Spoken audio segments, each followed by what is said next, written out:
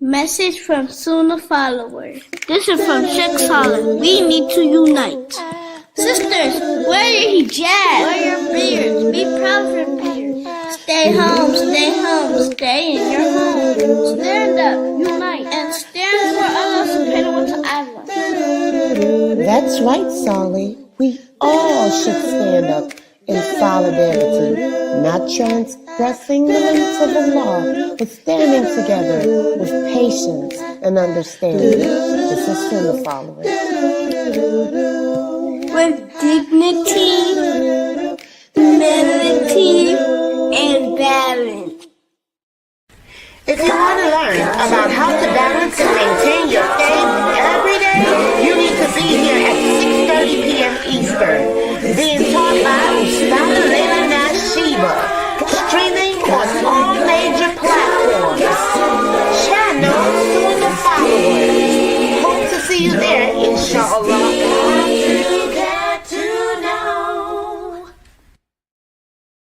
Assalamu alaikum. This is Yusuf and this is Ayub. And if you are benefiting like we are from the classes and the ongoing programming and tuning into the SunnahFollowers, please donate. Let this be an ongoing sadaqah jariyah on your behalf. You're helping the kids, the conference, and everyone seeking knowledge. And it's a wealth of information every day you tune in. Don't forget, you are being rewarded for your generous donations to keep this programming on air. You know, just like what you're hearing, put your dollar where the dollar's at. Right here on SunnahFollowers. Don't forget, donate. Right here to SunnahFollowers and dollars out. Assalamu alaikum rahmatullahi wa barakatuh. Assalamu alaikum, brothers and sisters. Listen, we are in dire need of donations to keep these shows running and available for you 24/7. So that means when you're in the car, it's available for you to listen to. Whether you're at work, streaming, playing a game, it's available for you to listen to. Rowing your deen and learning about the beautiful, beautiful, beautiful different topics of Islam. Listen, one of the heaviest deeds that could be placed on your scale on the Day of Judgment is Sadaqah Jariyah. Yes, I know, I'm trying to build deeds daily. So you can too. So listen, feel free and please, from the bottom of your heart, donate to this wonderful cause, wonderful website and platform to continually push out shows that will benefit you and the Muslim Ummah. Yes, you can donate by going to the SunnahFollowers.net website, pressing the Donate tab. You can also scan the QR code in YouTube on the far left top of our videos that are streaming. Listen guys, this is very important and take this as important. We want to keep this programming available for you 24/7 so that you have access in your car, anywhere you choose to tune in to this wonderful programming. Yes, guys, it's all at your disposal. So listen, feel free to donate. Once again, remember, Sadaqah Jariyah, one of the heaviest deeds on your scale on the Day of Judgment. SunnahFollowers presents a new hadith class taught by Ustada Laila Nasheeba, Riyadus Salihin, every Monday and Wednesday nights at 9:30 p.m. Eastern. Hope to see you there. Streaming on all major platforms. Channel SunnahFollowers. Woke. There are so many things going on around, you must take heed. It's been written and prophesied about, so you must believe. Not everything that glitters is gold, pay attention as it's been told. Join us every Friday, 7 p.m. Eastern with Brother Yusuf as he tackles and breaks down current events, current news and politics, and the Islamic Ummah. Please join us, streaming on all major platforms. Channel SunnahFollowers. One of the 10 who Jannah was promised, the second Caliph, a strong, devout, noble, and fierce soldier of Allah, made an impact in Islam, his name, Umar ibn al-Kitab. Continuing in this series, the companions of the Prophet, taught by Brother Mukhtar Shahid, streaming on all major platforms. Stay tuned for the time and date, right here, channel SunnahFollowers. You will make it through. The fitra is awake in you. With Quran and Sunnah by your side, here's a place where it will thrive. You will make it through. You will make it through. The fitra is awake in you. With Quran and Sunnah on your side, here's a place where it will thrive. You will make it through. With Quran and Sunnah on your side, here's a place where it will thrive. You will make it through.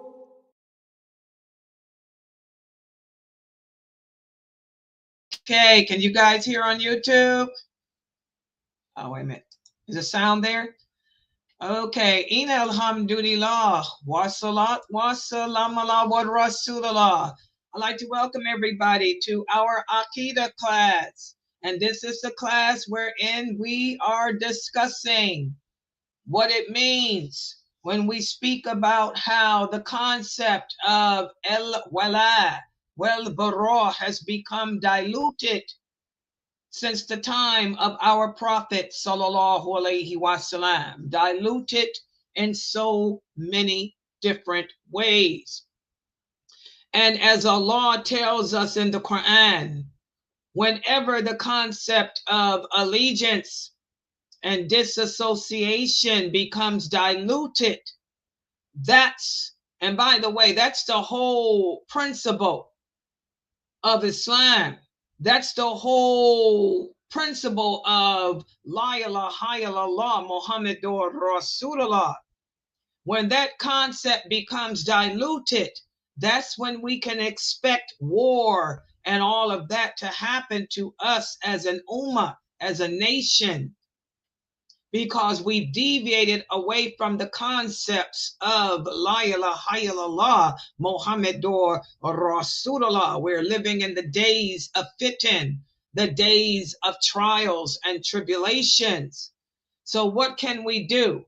Well, we have to turn back, as our Prophet sallallahu alaihi wasallam said, when we live in the days of fitan, when we live to see the days of trial and the days of tribulations, then we need to turn back to our aqidah, fall back upon our belief system.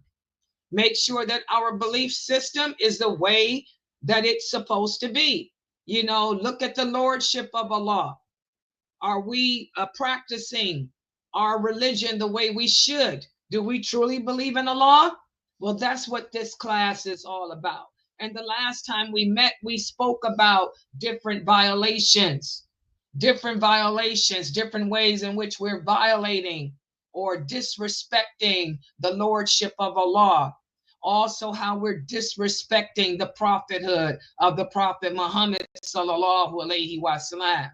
And for those of you who are watching me on the program I'm using now called Bigo, make sure that you open up a tab on your cell phone or your computer or your tablet to YouTube. Go to my YouTube channel, which is channel SunnahFollowers, the name at the top here, or you can type my name, Laila Nasheeba. My live will pop up, and when it pops up, click on the live. That way you can see the PowerPoint that I'm using. Let me put the PowerPoint up on the screen because I'm going to give you a brief quiz, only 2 questions from the last class we had here, just to see if you guys understand how the concept of allegiance has become violated, how we as a nation, as an ummah, and how we individually are violating our allegiance to Allah today. So let's take a look at the first question I prepared for you today. And I'm just going to give you several examples. And I want you guys to tell me which of these examples that I put on the screen, just tell me if the example is an example of disrespect towards Allah. People in the Zoom room, I want you to wake up and I want you to get your microphones ready and I want you to use the mic. People on YouTube, you can type your answer. People on Facebook, LinkedIn, Twitter, Rumble, Kick, Twitch, I can see your answers. Type them on the screen. People on Beagle, you can type your answer, or one of you can take the box and use the mic. Which of the following is an example of how we show disrespect towards Allah? What about this one? To make fun of Allah's names. If a person makes fun of Allah's names, is this an example of showing disrespect towards Allah? Yes or no? Is this an example of showing disrespect towards Allah, to make fun of his names? What do you think? Yes, it is. Go ahead, say it again. Yes, it is very disrespectful to make fun of Allah's names. Okay, does anyone disagree? MashaAllah, good job. Yes, this is a good example of how you would show disrespect towards Allah. And believe it or not, there are Muslims, people who call themselves Muslims out there, who do show disrespect towards Allah by making fun of his names. Oh yeah. Oh yeah. You'll see it on social media. Someone will make fun of Allah's name. They'll say, how does Allah know everything? He doesn't know. If he knew everything, then why is he allowing the war to happen? How, if he know what's going on, why is he doing this? Or how can Allah say that he's the one that gives life and death and all of this? Oh yeah. People make fun of Allah's names all the time. That's disrespect. What about this? To belittle Allah's commands. Is this an example of disrespect towards him? To belittle Allah's commands. Is that an example of showing disrespect towards him? Yeah. Whoever that was that whispered, can you use the mic? Don't whisper, speak with confidence. Because I couldn't understand what you said, whoever that was. Is belittling Allah's commands an example of showing disrespect?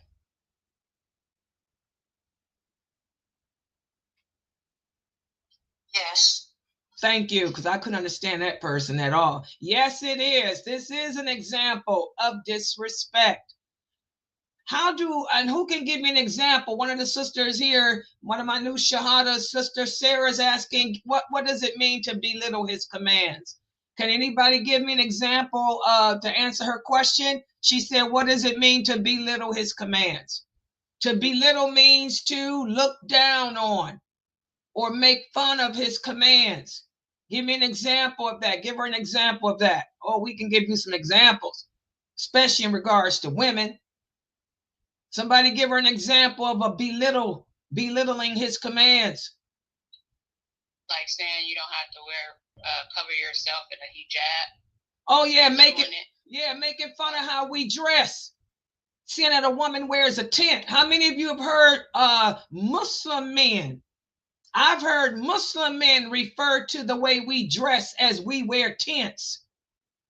I remember when I was growing up, whenever a girl would convert to Islam, I grew up in the 60s. Some of the young boys were silly enough. They were so silly. They would tell the new Shahadas, oh, welcome to Islam. Now you can go find a tent to put on. A tent?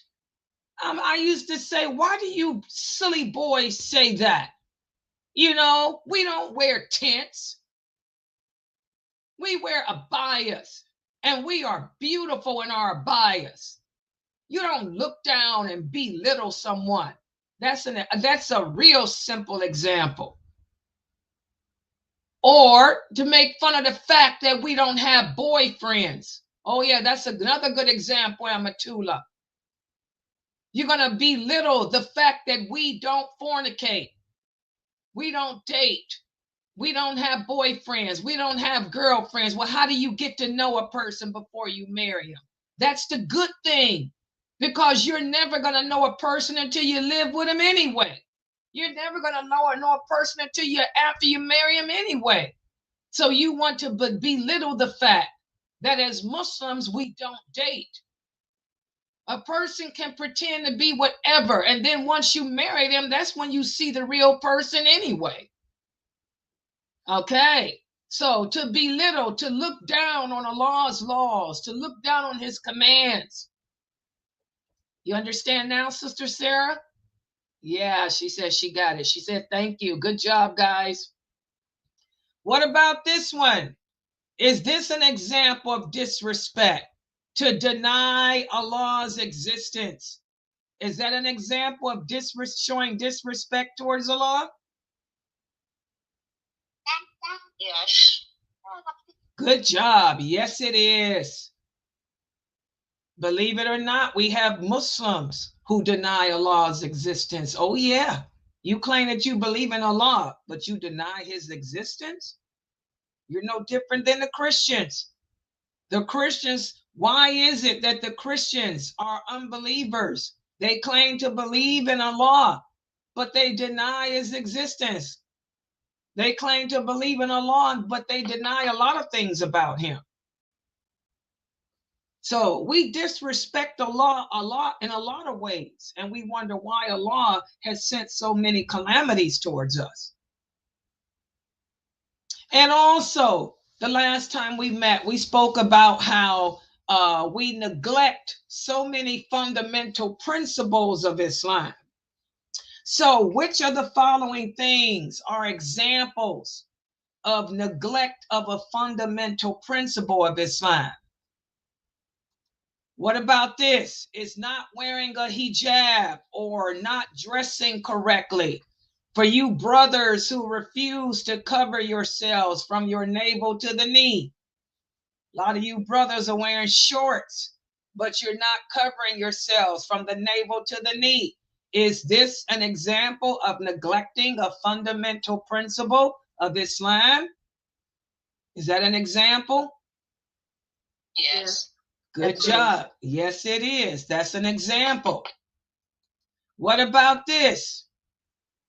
Not praying the 5 daily prayers every day. Is that an example of neglecting a fundamental principle of Islam? Yes. Good job. Yes, it is. What about this? Not fasting the month of Ramadan. There's a lot of Muslims that make up excuses that are not valid, and they refuse to fast the month of Ramadan. Is that an example of neglecting a fundamental principle of Islam? Yes. Yes, it is. Yes, it is. What about this? Not fasting the day of Arafat. Just refusing to fast, deciding that you're not going to fast the day of Arafat. Is that an example of neglecting a fundamental principle of Islam? No, it's not, because it's a voluntary. Good job, Mina. Good job. And this was a question that somebody asked today. Exactly. When we talk about fundamental principles, the fundamental principles are the obligations that we must do. These are the actions, the fundaments. Fundaments means the things you are obligated to do. You're not obligated to fast the day of Arafat. You're not obligated to fast tomorrow.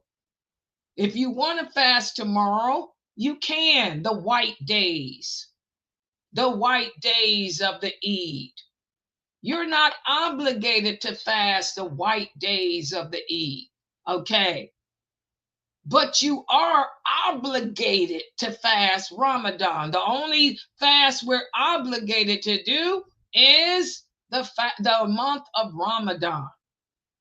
So don't get it twisted, guys. The fundamental principles are the obligations that we're required to do, not the voluntary deeds. A lot of us do the voluntary deeds, but we fail to fulfill the obligations. That's one of the ways that Shaitan dupes us. He makes us put emphasis on voluntary deeds because he knows that your voluntary deeds are not accepted. The Prophet Muhammad sallallahu alaihi wasallam said Allah does not accept any of your voluntary deeds unless your obligations have been fulfilled. You can fast Arafat, you can fast the white days, you can do all the fasts in the world, but unless you fulfill Ramadan, you're just starving yourself. You can pray tahajjud, you can pray all night long, you can pray to your heart's content, but if you have not made fajr, ain't none of those voluntary prayers accepted. A lot of people stay up all night long doing voluntary prayers, but they don't make fajr. So they just wasted their time. That's why the Prophet sallallahu alaihi wasallam said, anytime we deliberately, intentionally disobey Allah, none of your good deeds are accepted. You're deliberately, intentionally not fulfilling your obligations. That's why I tell you, sisters, I don't care what these Sufi brothers tell you guys. If you sisters are not wearing a hijab, you know that a hijab is an obligation. That's a fundament. That's a fundamental principle of Islam. You sisters are deliberately, intentionally not dressing properly. You're not wearing hijab. You're not covering your body correctly the way Allah commanded. Ain't none of your prayers accepted because you are deliberately, intentionally disobeying Allah. Allah does not accept any of your good deeds if you are deliberately, intentionally disobeying him. That's why the Prophet said, don't be the bankrupt person. On the day of judgment, a man will stand before Allah bankrupt. All his good deeds not accepted. None of his prayers, none of his fasts, or anything else. Because he deliberately, intentionally disobeyed Allah. We have to be careful of that, guys. We have to fulfill the obligations, and we cannot intentionally be indulging in sin. That's why he says even your Hajj will not be accepted if you are deliberately, intentionally indulging in sin. Y'all got those hadiths? Very important. So let's get to tonight's lecture. And again, for those of you on Bigo, make sure that you open up a tab on YouTube. Go to my YouTube channel, click on SunnahFollowers, that's my channel. Click on the live so you can see these PowerPoints that I'm putting up. These are the copies of the hadiths I'm quoting. The sources are all Bukhari and Muslim. I don't deal with anything that's not authentic. And also you see the verses of the Quran. Okay? All right. The neglect of el-baraz, which means distancing yourself. As Muslims, we're supposed to distance ourselves from those things that contradict our belief. The neglect of this within the Muslim community has become very apparent.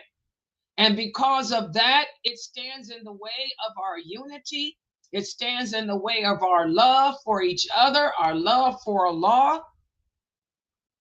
And all of that, guys.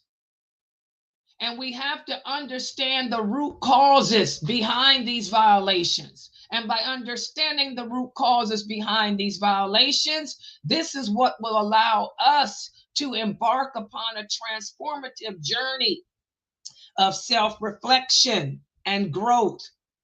So tonight, what I'm going to do is explore some of the factors that will contribute to these violations. And we'll try to discover some ways to reinforce our commitment to the principles of el-bara. Okay? And again, the number one factor that plays a part in this is weakness of faith, because we neglect to learn our religion properly. Our priority in life should be seeking the correct knowledge and the correct understanding of Islam.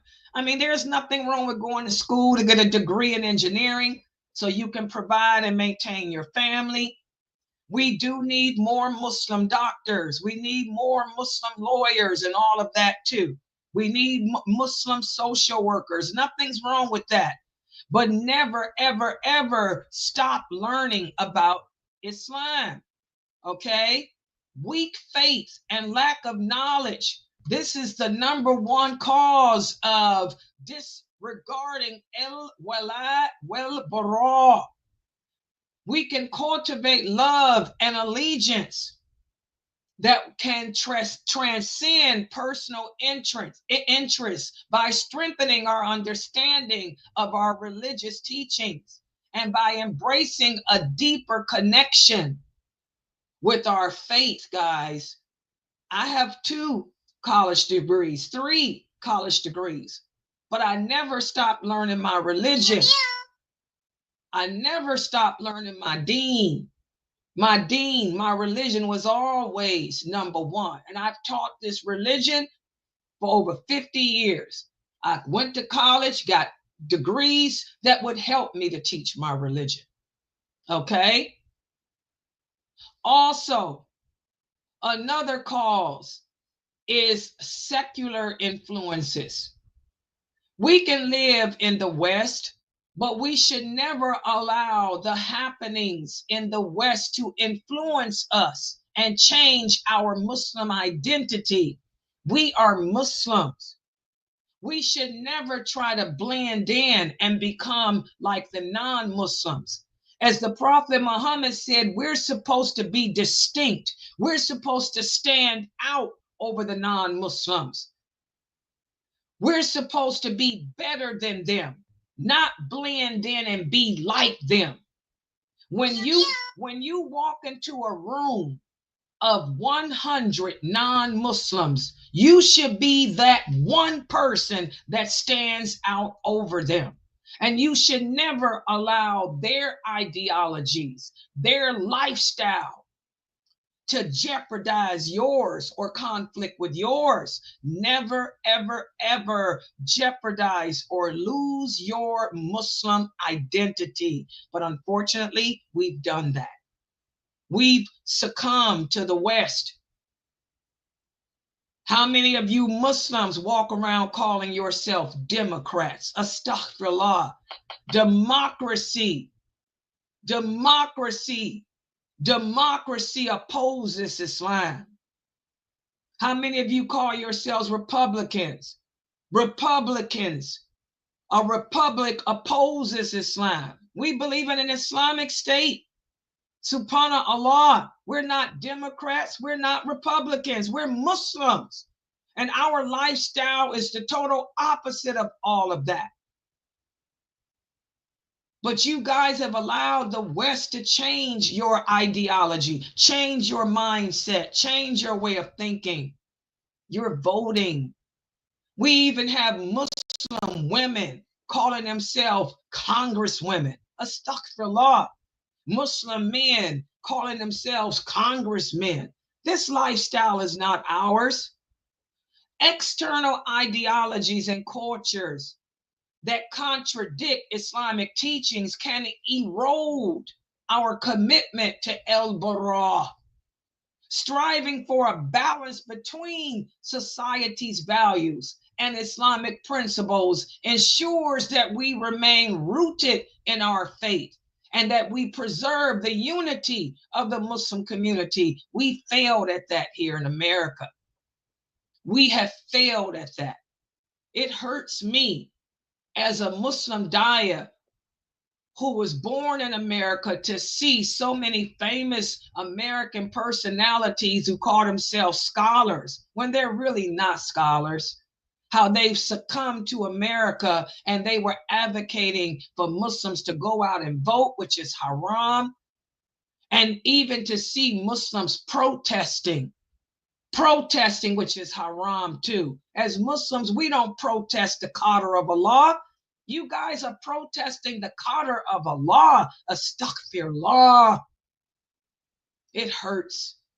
Then when I see Muslims protesting with LGBTQ people, astaghfirullah, Allah destroyed a whole nation because of that. It's a sad reality how you've allowed secular influences to change you. You've become one of them. You're not of us anymore. So this has destroyed us. And we wonder why Allah has brought this war and why Allah is not taking this war away. Also, another cause is the failure. Again, the failure to follow the example of our Prophet Muhammad sallallahu alaihi wasallam. There is nothing that's happening on earth today that we are experiencing worldwide today that he and his companions have not already experienced. He's taught us how to handle ourselves in war, in peace, and everything else. He taught us how to handle LGBTQ. He taught us how to handle ourselves in all situations, but we neglect his example. We neglect his companions' example. We refuse to implement al-Bara's principles. And because of that, we have weakened as an ummah. We have weakened as a nation. We failed to study his example, his companions' example. Instead of emulating their character, we have adopted life coaches of men and women today. And we wonder why we have failed as a nation today. Astaghfirullah. Also, disunity and lack of cooperation is another reason why what's happened to us has happened. Disunity within the Muslim community undermines al-Bara's principles. By embracing unity, only then can cooperation begin. And only with cooperation can we reject divisions. And without division, only then can we uphold the principles that protect our faith and strengthen our bond as brothers and sisters. Remember, before the Prophet sallallahu alaihi wasallam died, he said the greatest weapon that we have against shaitan is each other. We don't have each other. We're all not that one brick building anymore. We're disunited. We're back to tribalism. We're back to racism. We're back to flags, carrying different flags. As one brother came in here and said the other day, he said, my country, Africa, we've been going through it since the Bush regime. There's been no flags for Africa, but there's flags for Gaza all over the place, you know? But my country's been suffering since the early 2000s. No one's cried for Africa. You know, this is what happens when you pick up flags. That's why the Prophet told the companions, when Allah sent down the command for the Muslims to fight the battle of Badr, the first thing the Arabs all said, they all had different tribes. Every tribe had a flag. The Prophet said, no, we're not doing that. He said the standard, our standard will be the banner of La ilaha illallah. That's our standard. When you Muslims started protesting, which was haram in and of itself, the Prophet didn't protest. Protesting was something that was invented by the Romans and the Greeks. The Prophet never participated in Roman and Greek protests. Because we don't protest the qadr of Allah. We don't do that. It's haram. And there's no scholar on this earth who will tell you that protesting is lawful. We don't protest the qadr of Allah. There is no power, no might without the other than Allah's. When you Muslims started protesting, you committed a sin with that, number one. Then when you pulled out flags of tribalism, you blew it. You divided this nation. You divided this nation. That's disparate treatment. Like the Prophet told the Arabs, that's disparate. We ain't going to fight under no banner of different tribes. We're going to fight under the banner of Allah. La ilaha illallah. So we're divided even more. You all have divided us even more with your ignorance, with your racism, with your tribalism, wrapped up in a flag, protesting Allah's decree. Shame on you, Muslims. We're disunited because of your ignorance. If you Muslims were educated, you would know this ain't a war against Gaza. This is the war against Islam. And it did start during the Bush regime. And it just spread it to Gaza. And it's past Gaza now. It's going to continue until the entire earth is at war. It's the war that our prophet told us of. What's happened to Gaza happened to Bosnia. It happened to Kuwait. It happened to Afghanistan. It's just spreading. Subhanallah. It's been happening to the Sudan. It's been happening to the Congo. It's been happening all over Africa. You people are crazy. Disunity and ignorance of the deen. Subhanallah. Also, extreme influences due to this politics. The Prophet Muhammad sallallahu alaihi wasallam, he told the companions, as Islam began to spread throughout the world, he told the companions before he died, don't get involved in the politics of the people. Stick to the teachings of Islam. Keep your dua active. When he sent Mu'adh to Yemen, he said, don't get involved in their politics. When Abu Bakr became the caliph over the Muslims, when they began to fight against the Persians, when they fought against the Romans, he said, don't get involved in their politics. Uphold your dua, our supplication. When Umar radiallahu anha became the caliph over the Muslims, he said, don't get involved in their politics. Maintain our dua, our supplication. We Muslims are too involved in the politics of the world. When you get involved in the politics of the kafir, because see, as the Prophet said, nothing happens in this world without Allah's knowledge. Allah is in control of the world. That's why the Prophet said, don't get involved in the politics. He said, I made dua for you. Before he died, he told the Muslims, I made dua. If anyone is appointed a leader over my nation and they are unjust to you, I made dua against them. We got Muslims that curse the king of Saudi Arabia. We got Muslims cursing the Emirates about Gaza. We got Muslims cursing all the Muslim lands. You brothers are wrong. You cursing other Muslims. We don't do that. The Prophet Muhammad made dua for us. He made dua that if anyone is unjust and is a ruler over any Muslim nation, Allah will deal with them. The Prophet took care of that. You're not supposed to go around cursing other Muslim countries and stuff. Okay? He took care of that. He said, stay out of the politics of the world. Allah is in control. There is no power. There is no might but him. He controls the earth.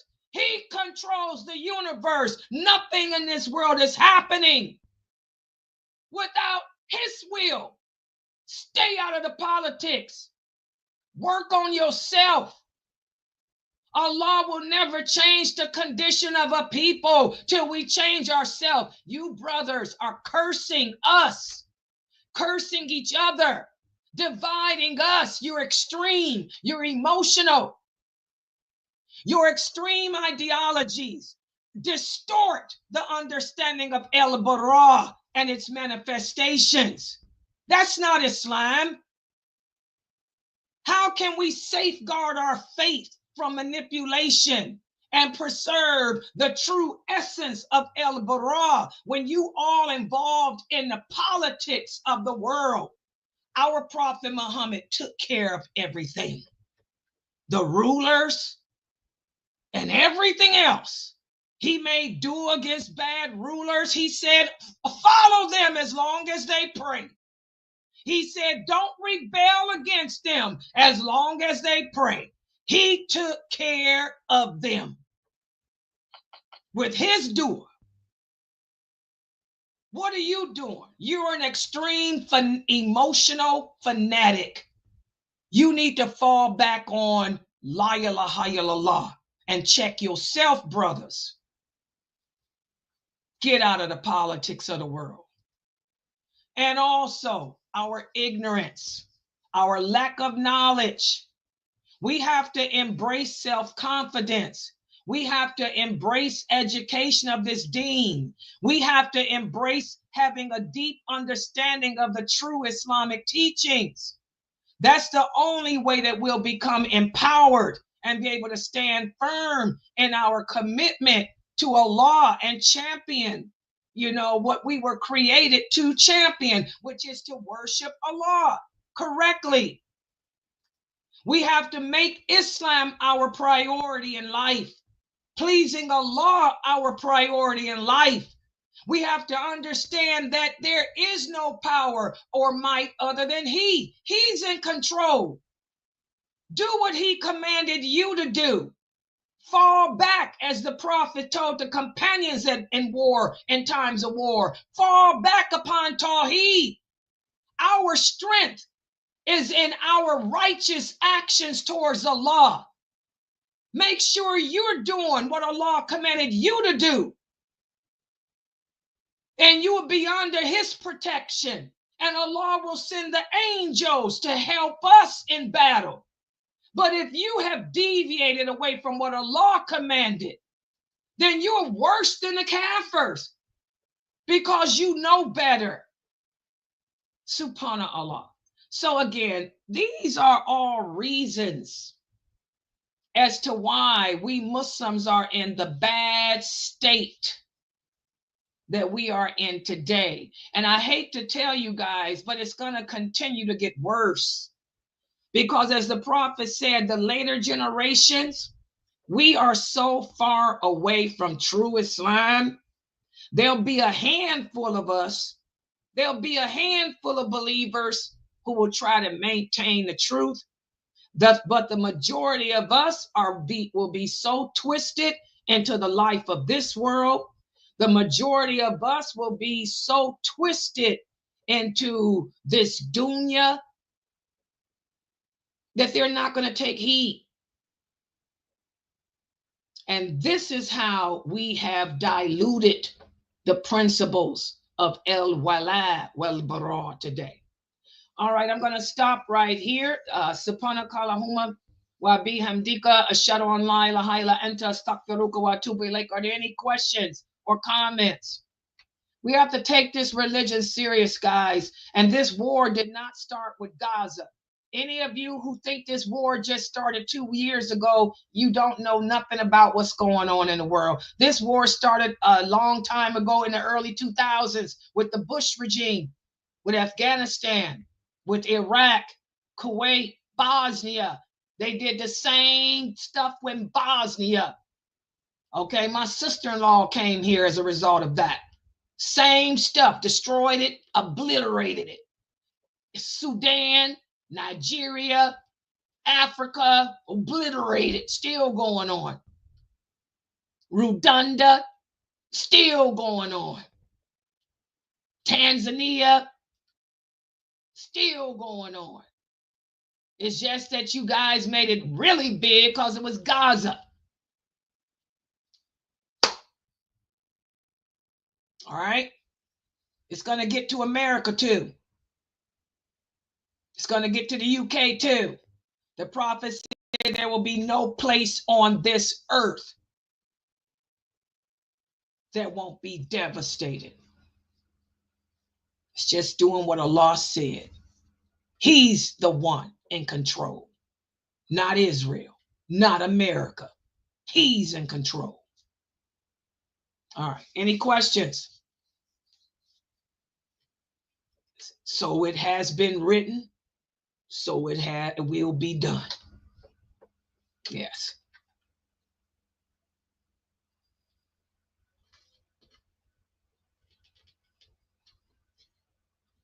Yeah, any other questions? Yeah, my grandmother on my father's side was Sudanese. Yeah.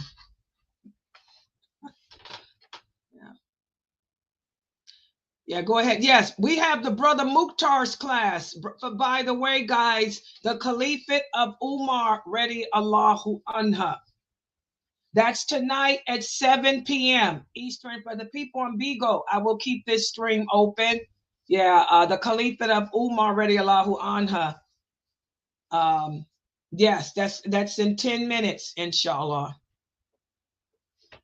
Inshallah. So I'll keep it open for the people in Bigo. Yes, and my class. Oh, yes, you enjoyed my lecture yesterday for the Hasidic Tafsir of Surat Ibrahim. That's tonight at 9:30. Yes, I'm still supposed to be getting my grandkids. Y'all just don't know. It's just, it's just stressful. Okay, if there's no question, I'm going to end this stream here so I can prepare for Mukhtar's. All right. I'm going to close this out. I'll be back in 10 minutes on YouTube, okay? Subhanakallahumma wa bihamdika. Shadon la ilaha illa anta astaghfiruka wa atubu ilayk. Let me end that one.